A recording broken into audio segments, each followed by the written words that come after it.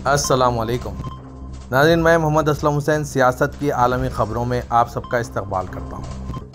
फ़लस्तीनी तंजीम Hamas की जानिब से इसराइल पर हैरानकुन बड़े हमले के बाद से अगरचे सयूनी फोर्सेस की गाज़ा पर वहशियाना कार्रवाइयों में रोज़ बरोज़ शिद्दत आती जा रही है, ताहम बड़ी तादाद में फ़लस्तीनी शहरियों के कत्लेआम ने दुनिया को भी इसराइल का शैतानी चेहरा दिखा दिया है। हत्ता कि अब सयूनी रियासत का सबसे बड़ा मुहाफिज अमेरिका भी दो रियासती हल की बात करने पर मजबूर हो गया है। खबरसां इदारे AFP के मुताबिक अमेरिकी सदर जो बाइडन की इंतजामिया को इसराइल के जवाबी हमलों की हिमायत करने पर अरब ममालिक में शदीद तनकीद का सामना करना पड़ रहा है, जिसके बाद अमेरिका को भी अपने बयानात में तब्दीली लानी पड़ी और वो फ़लस्तीनी शहरियों को कम से कम नुकसान पहुंचाने की ज़रूरत पर जोर देने लगा है। अमेरिकी वज़ीर ख़ारजा एंटोनी ब्लिंकन ने इसराइल के दौरे के मौके पर मुतालबा किया कि जंग में तौक़ुफ़ किया जाए ताकि गाज़ा के मुतासरीन को इमदाद पहुँचाई जा सके और कहा कि दो रियासती हल ही काबिल अमल रास्ता है, बल्कि वाहिद रास्ता है। दूसरी तरफ इजरायली वज़ीर-ए-आज़म बेंजामिन नेतन्याहू ने ऐलान किया कि उन्होंने गाज़ा में मौजूद यरग़मालियों की रिहाई के बगैर जंग बंदी को मुस्तरद कर दिया। नेतन्याहू ने तल अवीव का दौरा करने वाले अमेरिकी वज़ीर ख़ारजा एंटोनी ब्लिंकन के साथ मुलाकात के बाद अकेले ही एक प्रेस कॉन्फ्रेंस मुनक़िद की। नेतन्याहू ने इस बात का इआदा किया कि गाज़ा पर इसराइल के हमलों में आर्जी जंग बंदी और गाज़ा में ईंधन के दाखिले की इजाज़त नहीं है। इस बात पर जोर देते हुए कि वो अमेरिका के अबूरी इंसानी बुनियादों पर जंग बंदी की पेशकश का तस्करा किए बगैर अपनी पूरी ताकत के साथ जंग जारी रखेंगे। नेतन्याहू ने कहा, इसराइल ने हमास के ज़ेर कब्ज़ा यरग़मालियों की रिहाई से पहले अबूरी इंसानी जंग बंदी की तजवीज़ को मुस्तरद करते हैं। ईंधन को गाज़ा में दाखिल होने की इजाज़त नहीं और हम रकम भेजने की भी मुखालिफत करते हैं।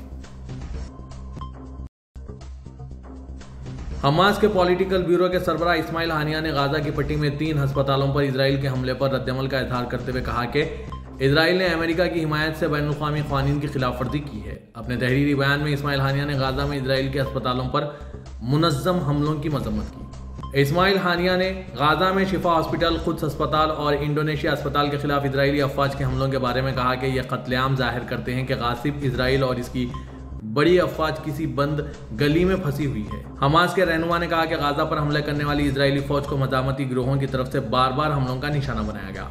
यह जुल्म अमेरिकी वज़ीर ख़ारजा एंटोनी ब्लिंकन के दौरे इसराइल के ऐन मुताबिक है। यह अमेरिकी ग्रीन लाइट और इसराइली कब्जे की खुली हिमायत का नतीजा है और यह तमाम इंसानी इक़दार और बैनुल-अक़वामी क़वानीन की खिलाफ वर्जी है।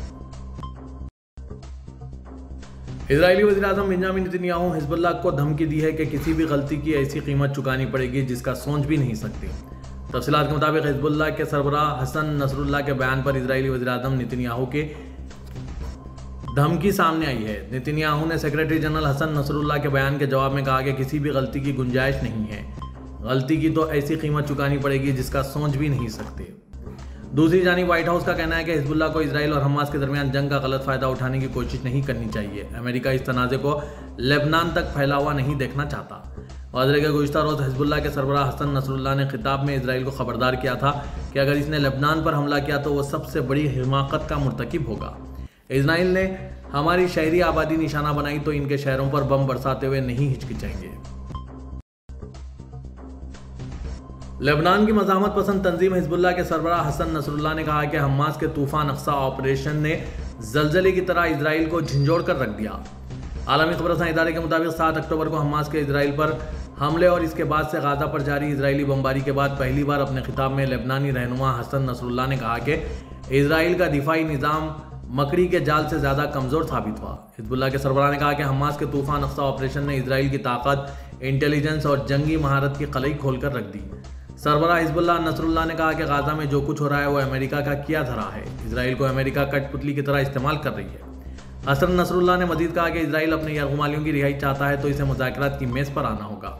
इस ज़िमन में इसराइल कार्रवाइयाँ हिमाकत और नाअहली के सिवा कुछ नहीं। हिज़्बुल्लाह के सरबराह ने कहा कि इसराइली फ़ौज बुज़दिल फ़ौज है जो 1 माह के दौरान एक भी कामयाब ऑपरेशन नहीं कर सकी। इसे हर मिहाज पर शिकस्त का सामना करना पड़ा है, जिस पर इजरायली अवाम और इसराइल के दोस्त ममालिक को शर्मिंदगी उठानी पड़ रही है। उन्होंने इस तासुर की तरदीद की कि 7 अक्टूबर के तूफ़ान अक्सा ऑपरेशन में हिज़्बुल्लाह भी शामिल थे और यह भी कहा कि हिज़्बुल्लाह समेत दीगर मज़ामती तंजीमों पर ईरान की इजारादारी है। इसराइल ने शुमाली गाज़ा से जख्मियों को ले जाने वाली एम्बुलेंस पर फिज़ाई हमला किया है, जिसमें 15 अफराद हलाक जबकि 60 से ज़्यादा जख्मी हुए हैं। खबरसां इदारे रॉयटर्स के मुताबिक इजरायली फ़ौज ने कहा है कि हमास के मुजाहिदीन की जानिब से इस्तेमाल होने वाले एम्बुलेंस को निशाना बनाया गया है। इजरायली फौज ने दावा किया है कि हमास के जंगजू फिजाई हमले में हलाक हुए हैं। इजराइल ने इल्ज़ाम आयद किया कि हमास एम्बुलेंस के जरिए अस्करियत पसंदों और हथियारों को मुंतकिल करता है। हमास के अहदेदार इज्जत रशीक ने जंगजुओं के एम्बुलेंस में मौजूदगी के इल्ज़ामात को बेबुनियाद करार दिया। बरतानिया में फ़लस्तीनियों के लिए अतियात जमा करने के लिए फंड रेजिंग गाला का इनेकाद अमल में लाया गया, जिसमें खाना खाने वाले जो बिल अदा करेंगे इसका एक बड़ा हिस्सा गाजा मुतासरीन को दिया जाएगा। आलमी खबरसां इदारे के मुताबिक लंदन में इस फंड रेजिंग डाइंग फॉर फ़लस्तीन 2023 का एहतमाम बरतानवी निजात पाकिस्तानी इंसानी हकूक़ की कारकुन आरिफा नसीम ने किया, जो एक चैरिटी इदारे से मुंसलिक है। यह इवेंट 12 नवंबर को होगा, जिसमें शिरकत के लिए टिकट खरीदना होंगे और इस टिकट से हासिल रकूम को भी फ़लस्तीनियों को दिया जाएगा। ये चैरिटी इदारा, जिसके दफातर लंदन, लेबनान, मगरबी किनारे और गाज़ा सिटी में मौजूद है, यह इदारा खुद को फ़लस्तीनियों की सेहत और बहबूद के लिए काम करने के तौर पर बयान करता है। आरिफा नसीम ने बताया कि इस फंड रेजिंग गाला से जमा हो रहे फंड से गाज़ा और फ़लस्तीन के ज़रूरतमंदों को तिब्बी सामान, कंबल, गद्दे और हिफ्ज़ान सेहत के किट्स फराहम किए जाएंगे। सऊदी अरब ने हिंदुस्तान में खेली जाने वाली इंडियन प्रीमियर लीग IPL में अरबों डॉलर के हसद खरीदने में दिलचस्पी का इजहार किया है। गैर मुल्की खबरसां इदारे ब्लूमबर्ग न्यूज़ की रिपोर्ट में बताया गया है कि सऊदी अरब की नज़रें इंडियन प्रीमियर लीग में $30 बिलियन के हसद पर है। इस हवाले से सऊदी अरब के वली शहजादा मोहम्मद बिन सलमान ने इसके हसद की खरीदारी में दिलचस्पी का इजहार करते हुए अपने मुशीरों के जरिए हिंदुस्तानी हुकूमती ओहदेदारों से रब्ता किया। रिपोर्ट के मुताबिक यह बातचीत का सिलसिला उस वक्त शुरू हुआ जब वली अहद ने गुज़श्ता सितंबर में हिंदुस्तान का दौरा किया था। रिपोर्ट में यह दावा किया गया है कि सऊदी अरब ने इस लीग में $5 अरब सरमायाकारी और इसे दुनिया के दीगर मुल्कों तक फैलाने की पेशकश की है। दूसरी जानिब board of control for cricket in India में IPL के निगरान ओहदेदार ने इस हवाले से फौरी तौर पर तबसरा नहीं किया है।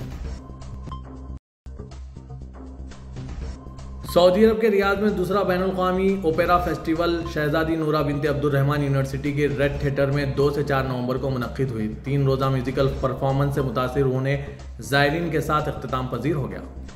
म्यूजिक कमीशन के ज़ेर एहतमाम मेले में ब्रिटिश नेशनल सिम्फनी ऑर्केस्ट्रा और बैनुल-अक़वामी मौसीक़ानों की रात की परफॉर्मेंस का एक सिलसिला शामिल था। इस इवेंट की दूसरी रात के दौरान गुलकार और नगमा निगार यूरेलन ने फैंटासी और मोहब्बत से मुतासिर मौसीकी के मुकम्मल सेट से सामीन को महसूर किया, जिसमें हज़ारों की तादाद में लोगों ने शिरकत की। इस इवेंट के सोशल मीडिया पर वायरल होने के बाद लोग तरह तरह के तबसरे करने लगे हैं। एक तरफ गाज़ा को और दूसरी तरफ सऊदी अरब को दिखाया गया।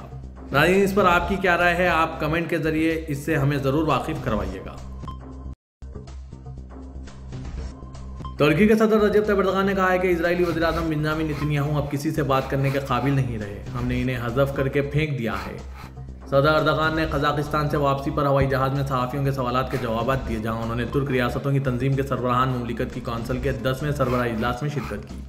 7 अक्टूबर से गाज़ा की पट्टी पर इसराइल की जानिब से किए जा रहे हमलों का हवाला देते हुए एर्दोगान ने कहा कि इसके जिम्मेदार नंबर 1 खुद इजरायली वज़ीर-ए-आज़म नेतन्याहू हैं और इजराइल में भी नेतन्याहू के खिलाफ बातें हो रही है।